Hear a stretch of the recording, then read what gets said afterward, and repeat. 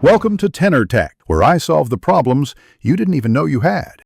You start by confirming the kit is unexpired and the foil is sealed. That ensures reagent integrity. Once done, collect first morning urine because it concentrates HCG, increasing test sensitivity.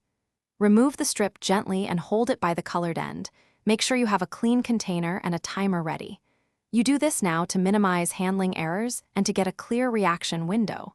Proceed immediately to dipping the strip. Don't delay, as timing effects result clarity. Dip the absorbent end into urine for the specified 2 to 3 seconds, stopping at the max line because over-soaking or under-dipping alters flow. Start your timer immediately. The manufacturer window, usually 5 to 10 minutes, is critical, so read within that span. You'll see a control line if the test worked. A second test line indicates HCG presence. If the second line is faint, that often means low but detectable HCG, so consider timing, since ovulation or early implantation. After reading, dispose of the used strip and note the exact time and how the lines looked. This helps tracking.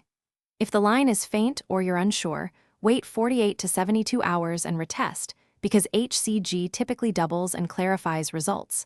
Alternatively, contact your healthcare provider for a blood HCG test. If no control line appears, the test is invalid. Make sure you follow dip depth and timing, then retest with a new kit. That single troubleshooting tip prevents misreads. Thanks for watching. Subscribe to keep your life in tune.